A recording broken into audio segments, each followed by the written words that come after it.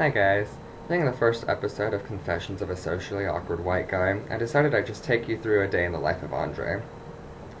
I knew today would be pretty interesting when I woke up from a dream about being Mary Queen of Scots, and I realized that instead of being in an English palace, I was in this shithole that they call a dorm, and there was a noticeable lack of handmaidens here to dress me.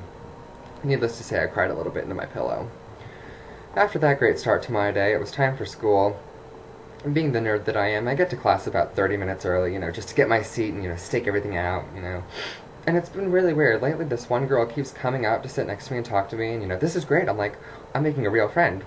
So, before she comes up, I pretend to text people, and, she sits down. I'm like, yeah, sure, I wasn't saving that for a non-existent friend of mine, whatever.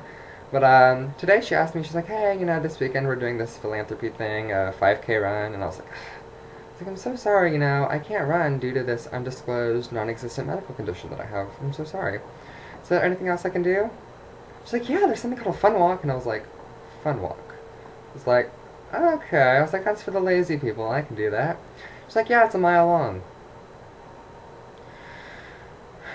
My response was, honey, I'm sorry, but after 150 feet, that's considered hardcore exercise, and it's no longer a fun walk. I'll buy the t-shirt, though. And then I realized I sounded like a callous asshole, and that was the end of that budding friendship. So then class starts, and being operations management, it happens to be the bane of my existence, and 45 minutes into it, I realized that I'd just been imagining anything else I'd rather be doing than being in that class. Like being thrown into a pit full of rabid ferrets and fending for my life.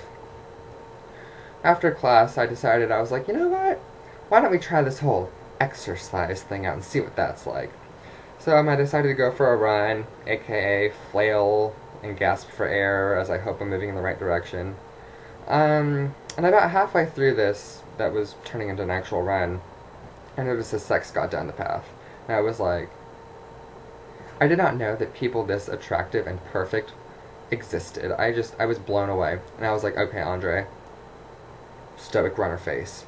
So I start pumping my arms, and I was like running and building up speed, and I was looking like a real runner. And as he comes closer, he makes eye contact with me and smiles, and I make eye contact and smile, and I was like, this is my Taylor Swift moment. This is it. Like, I'm gonna do it. And then, instead of falling into his arms, I tripped and fell into a bush. Go figure. Then I decided it was time to take my bruised ego to Taco Bell. They say that time heals all wounds, but I disagree. It's a Doritos Locos taco. After Taco Bell, I decided to be productive, so I went to the laundry room to do my laundry. And then as soon as I almost got everything in, I felt the impending horror that is Taco Bell exiting the body. And I decided that that was going to be my top priority.